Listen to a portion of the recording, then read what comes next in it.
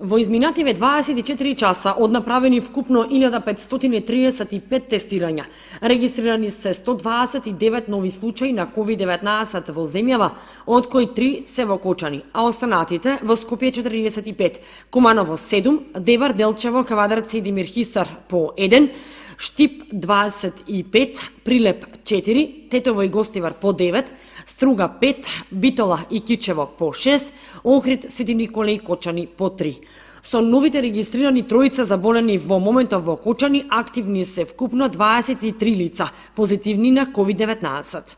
По компликации од коронавирусот во изминатите 24 часа во земјава починале 6 лица, 5 пациенти од Скопје и 1 од Струга, објави Министерството за здравство.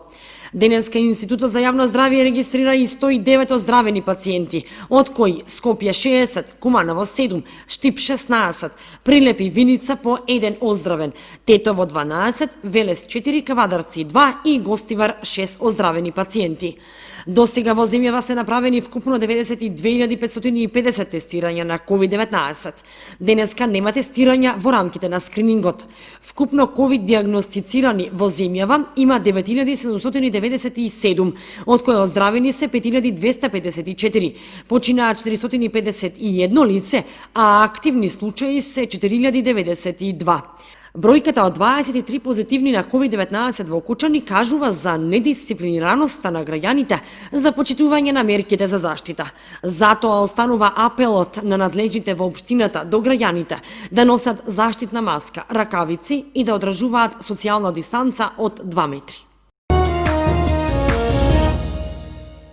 Локалната самоуправа на Кочани го почнува проектот за реконструкција на левиот крак од булеварот Тодосија Паунов во должина од 1 километар.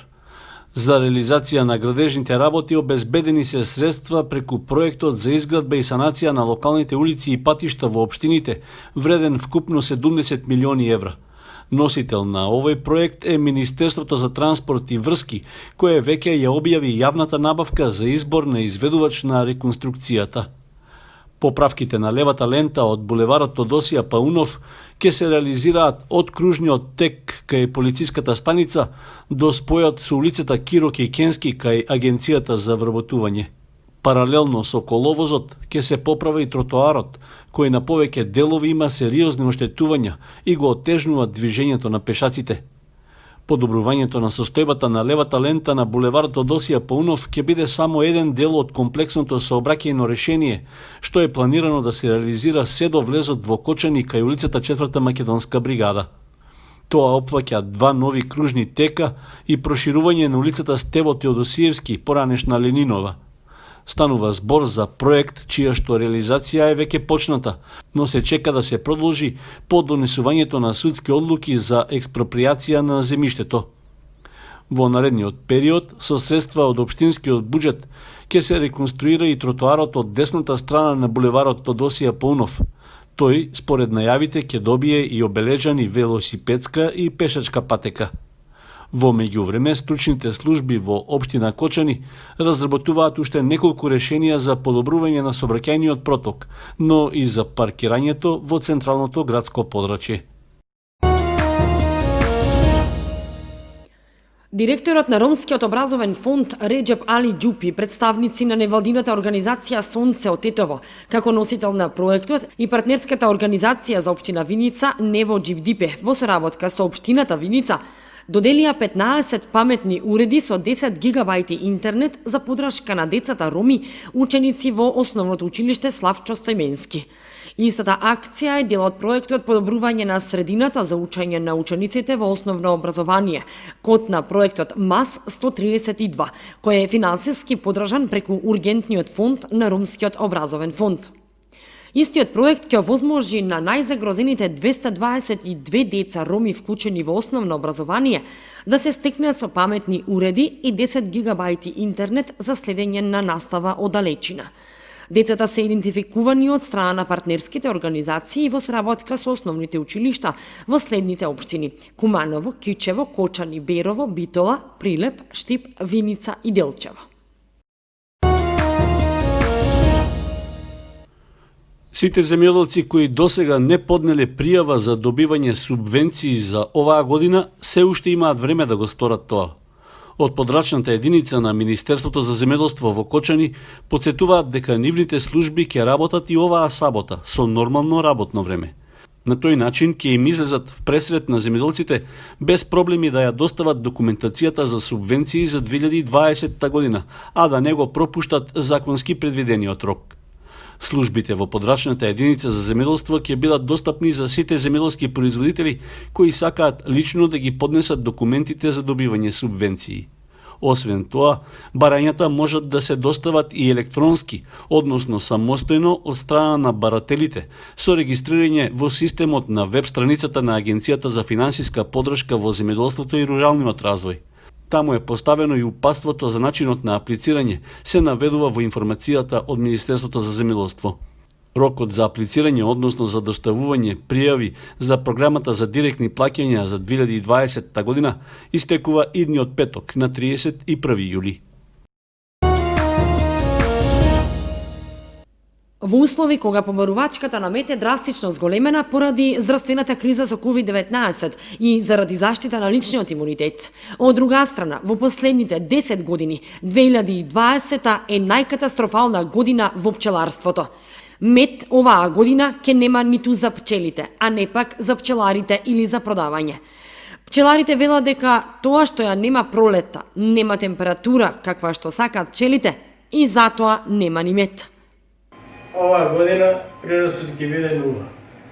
Нема доволно мед ниту за пчелите, а не за пчеларите. На прва паша нема ништо, скоро никој пчелар нема вадено мед. Така да очекуваме нешто ако има мал принос сега на повисоките места од дабот, па тогаш да има некој мал принос. Но сега за сега и таму нема доволно мед, единствено на обозна. Таму има нешто малку принос, така да оваа година во последните 10 години е најкатастрофална година за пчеларството. Тоа се должи пред се на климатските промени, веќе нема пролет, а пролета е најбитна за развојот на пчелата пред се и за приноси од мед. Пошто во лето се знае, веќе е суша, нема нектар, нема пчелата што да собере, затоа сега чекаме на повисоките места со повисока надморска височина, таму ќе бараме нешто малку мед. И покрај тоа што 2020 е најтешка година за пчеларите во однос на приносите, сепак тие не очекуваат скок на цената на медот. Може би ќе има мал скок на цената, но јас не го препорачувам тоа, затоа што потрошувачите не се криви за тоа што нема мед оваа година. Јас апелирам цената многу да не скока. Сега од 350 до 400 денари, најдобро да се задржи во. Моменталните активности на пчеларите на своите пчелни семејства се работа на нови пчели рој и подготовка за до година. Побарувачката на мед и особено прополис посебно е зголемена оваа година заради подобрување на имунитетот. Луѓето веќе ги научија корисноста и придобивките од медот и го бараат се повеќе, велат пчеларите, кои се во дилема дали ќе можат во целост да одговорат на потребите на граѓаните. Овие 5 месеци на здравствена криза од епидемијата со COVID-19, која се уште трае, Општинската организација на Црвениот крст од Кочани постојано со низа активности за помош на ранливи категории граѓани. Мобилните тимови составени од волонтери на Црвениот крст и вработени во организацијата извршуваат достава на намирници на ранливите категории граѓани. Купуваа храна, хигиенски средства и лекови на стари и изнемоштени лица и хронично болни лица и ги дистрибуираа до нивните домови. Црвениот крст ги сумираше активностите кои ги реализираа волонтерите и вработените во Општинската организација во Кочани. Продолживме со организирање на крводателски акции, значи во овој период за време на самиот почеток со ситуацијата со COVID-19 до сега спроведени се 5 крводателски акции и сите тие се планирани и одат според планот за спроведување на крводателски акции на Општинската организација. И со овие 5 крводателски акции собрани се 152 крвни единици. Исто така, сакам да напоменам дека Црвениот крст дава логистичка подршка на Министерството за здравство и клиниката за онкологија за достава на онколошки терапии во сите градови во нашата република и од страна на нашата општинска организација доставивме 5 такви онколошки терапии на пациенти кои имаат потреба. Бевме активни во дистрибуција на хуманитарна помош, хуманитарни пакети во храна и во хигиена од различни донатори, меѓународни организации кои стигнуваат страна на Националното друштво на Црвен крст и беа дистрибуирани од нашата општинска организација на крајни корисници на различни рандливи категории на граѓани. Именно во овој период беа дистрибуирани 950 хуманитарни пакети и истите беа дистрибуирани во соработка со Центарот за социјална работа во Кочани, со кој имаме постојан контакт и многу добра соработка. Со општина Кочани имавме делење на маски на самите граѓани, овие маски беа делени од страна на наши волонтери. За време на обележување на христијанскиот празник Великден беа спроведени 300 маски и исто така дополнително 100 маски на пазарот во општина Кочани.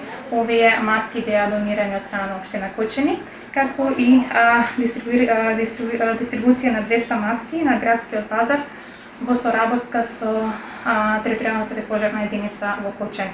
Инаку со сумирање на овие активности кои општинската организација на Црвениот крст ги реализираше во текот на изминативе 5 месеци, всушност ќе го одбележи 26 јули, денот на солидарноста, како сеќавање на катастрофалниот земјотрес во Скопје и покажаната солидарност. Скопје денот ќе го одбележи со повеќе активности, крводарителски акции и изложби, а Црвен крст на град Скопје ќе додели благодарници на соработници и подржувачи во знак на покажаната солидарност и подршка на ранливи категории. Анета Коцева додаде дека на 30 јули, четврток, ќе биде спроведена редовна крводарителска акција во просториите на општинската организација на Црвениот крст и ги покани сите граѓани кои сакаат да ја даруваат скапоцената течност да дојдат во периодот од 8:30 до 14 часот.